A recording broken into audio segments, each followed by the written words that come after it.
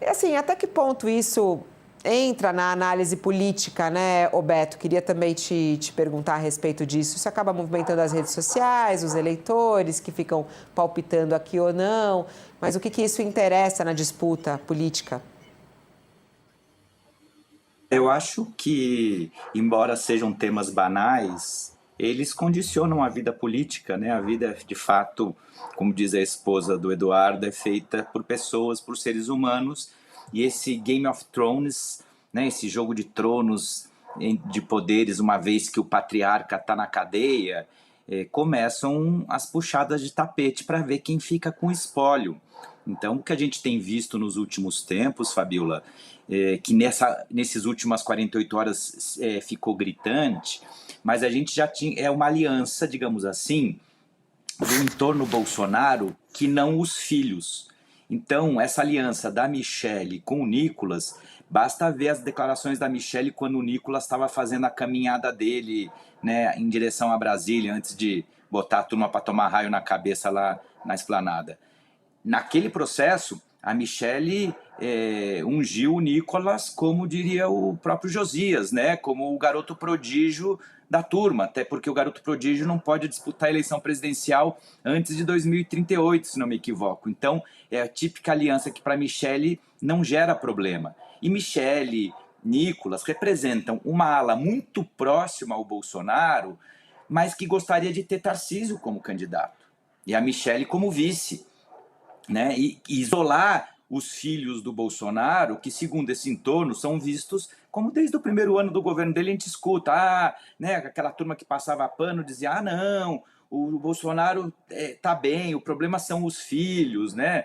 Aí o Josias abriu aí uma competição difícil para ver quem, né, tá com os parafusos menos apertados na cabeça. Né, o Carlos Bolsonaro, a gente sempre se comentou que teria a princípio dificuldades, problemas emocionais aí importantes, sempre colocando mensagens cifradas onde o léxico e a semântica exigiam, acho que nem o nosso Poeta News conseguiria traduzir algumas delas para a gente.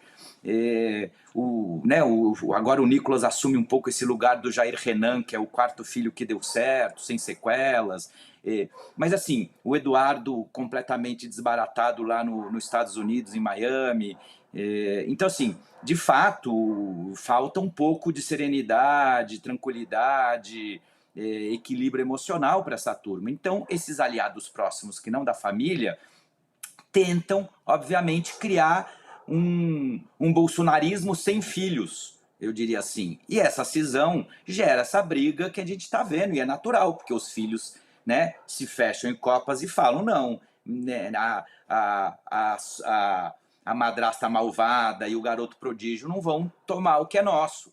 E tanto que eles conseguiram a indicação do Flávio, né, que o Jair tocasse no ombro do Flávio. A gente vai ver, aí eu acho que é interessante a gente entrando na segunda parte, né? Quer dizer, vejam as declarações do Flávio nos últimos meses, no último mês e meio, desde o começo do ano. Ele falou primeiro que ele era o mais moderado da família, depois que ele tomou vacina, agora ele usa o TODES. Quais serão os próximos passos? Ele vai dizer que a Terra é redonda? Ele vai dizer que a urna eletrônica sempre funcionou? Que de fato houve uma tentativa de golpe? Que vai liberar o aborto? Obviamente que são concessões para tentar ampliar o eleitorado. Isso, Fabíola, eu acho que mostram duas coisas principais aqui. A primeira, existe um sinal de fragilidade quando o Flávio faz isso. Porque a extrema-direita no mundo inteiro sempre é muito firme com as suas pautas. Pode ter certeza que os aliados internacionais do Flávio, de Orbán a Trump, a Meloni, Le Pen, Ventura, Abascal, Cast, Milei, essa turma não gostou de ouvir eles falando todes. Não soou engraçadinho. Por quê? Porque essa turma não claudica nos seus princípios. O Bolsonaro fez isso durante a pandemia. Arriscou e perdeu popularidade para não comprar vacina até o Dória comprar. Para até o final ficar oferecendo cloroquina até para EMA. Isso era uma bandeira política. Ele preferia ser uma minoria majoritária a formar uma maioria política na sociedade, renunciando às suas bandeiras. O Flávio já está renunciando a várias de saída. Isso mostra uma fragilidade de quem sabe que, se não renunciar aos seus princípios, não ganha. Então precisa fazer esses gestos para ampliar. Esse eu acho que é um dos lados dessa demonstração que o Flávio vem fazendo das diversas concessões. A outra é um Flávio que, olhando as pesquisas, entendendo de pesquisas que tem um eleitor nem, que é nem Lula nem Bolsonaro, esse eleitor está pedindo, a grande parte deles tende a se abster, alguns se decantam de última hora, mas é o eleitor que a gente chama eleitor pendular. É onde vai definir quem vai ganhar no segundo turno de uma eleição que será novamente disputada 1,5 ponto para cima, 1,5 ponto para baixo. Então, nesse jogo, o Flávio começa já a fazer esses gestos pensando sim nesse eleitor, que não é só um eleitor de centro, mas é um eleitor que não gosta nem do Lula nem do Bolsonaro. Então, essas concessões discursivas e de princípios que o Flávio começa a fazer, obviamente elas são para tentar atrair esse eleitor, porque ele vê que não tem a condição, se não fizer esses gestos, de ganhar.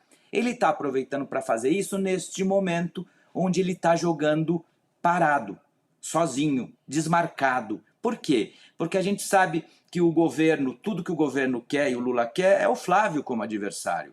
Então, até 4 de abril, o Flávio continuará jogando desmarcado, porque até 4 de abril o Tarcísio pode desincompatibilizar e voltar à ribalta. E é tudo que o governo não quer. Então, o Flávio, a gente tem visto, fazendo tudo isso, o único problema que o Flávio hoje em dia tem tido é um fogo amigo, como a gente estava falando, muito próximo, né? Os irmãos versus a madrasta, Nicolas e Quejandos.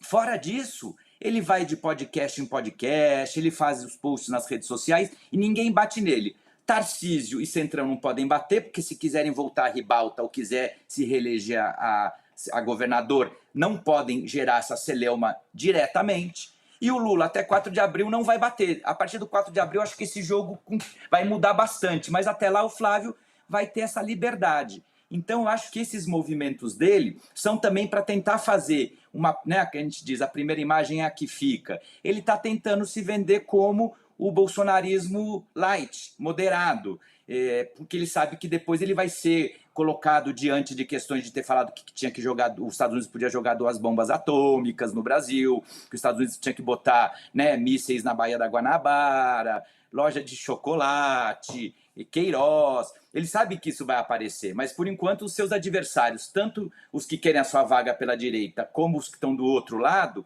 estão quietos esperando o 4 de abril. Então por isso que a gente acaba magnificando os problemas do jogo de tronos internos, porque do resto o campo está livre para o Flávio jogar. Mesmo assim ele está com o problema dos jogadores da sua equipe, porque todos querem a mesma posição. E muitos não acreditam que ele tinha que estar em campo, a começar pela Michelle, pelo Tarcísio e pelo Nicolas.